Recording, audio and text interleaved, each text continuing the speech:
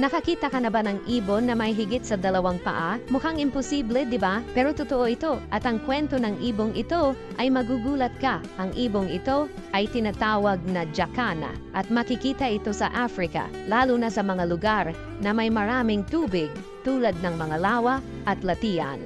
Sa unang tingin, para talaga siyang may maraming paa. Pero bakit nga ba ganito? Kapag may panganib, itinatago ng jacana bird ang mga maliliit nitong sisiw sa ilalim ng kanyang mga pakpak. Ang mga paa ng mga sisiw ang nakalawit, kaya nagmumukha itong may higit sa 2 paa. Hindi lang matalino ang ibong ito, napakahusay pa nitong mag-alaga ng mga anak. Ikaw may nakita ka na bang ganito sa atin? Thanks for the follow! Guys, nakikita nyo ba yung nakikita ko guys? Ayan no, tignan nyo yung hinihiwa niya guys. Namamalit matalamba ako guys, ayan no. Nakikita nyo? Ay na.